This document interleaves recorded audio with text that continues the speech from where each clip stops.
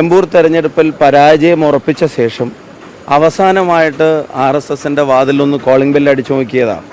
അങ്ങനെയെങ്കിലും നിലമ്പൂർ തെരഞ്ഞെടുപ്പിൽ എന്തെങ്കിലും മാറ്റം ഉണ്ടാക്കാൻ പറ്റുമെന്ന്. പക്ഷെ ഒരു കാരണവശാലും നിലമ്പൂരിലെ ജനത എടുത്ത തീരുമാനത്തിൽ നിന്ന് അവർ പുറകോട്ട് പോകില്ല.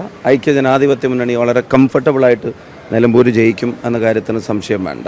അപ്പോൾ അവിടുത്തെ സ്ഥാനാർത്ഥി ഉൾപ്പെടെ ആവർത്തിച്ച് ഞാൻ പറയുന്നു, ഒരു സംശയങ്ങൾക്കും ഇടയില്ലാത്ത വിധം ആങ്കർ ആവർത്തിച്ച് ചോദിച്ചപ്പോഴും വളരെ ക്ലാരിറ്റി വരുത്തിക്കൊണ്ടാണ് പറയുന്നത് മുമ്പ് കൂടിയിട്ടുണ്ട് എന്നുള്ളത്. ഒരു സംശയം ഇല്ലാത്ത വിധമാണ് പറയുന്നത്.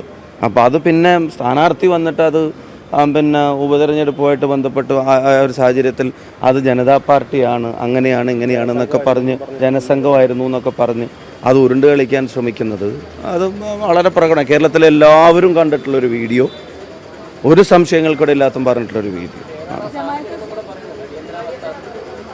അല്ല, ഏത് സാഹചര്യത്തിൽ അപ്പം അങ്ങനെ അവർക്കൊരു അടിയന്തര സാഹചര്യം വന്നാൽ RSSുമായിട്ട് കൂടും എന്നുള്ളതാണോ ആ സാഹചര്യം എന്നുള്ളതാണ്.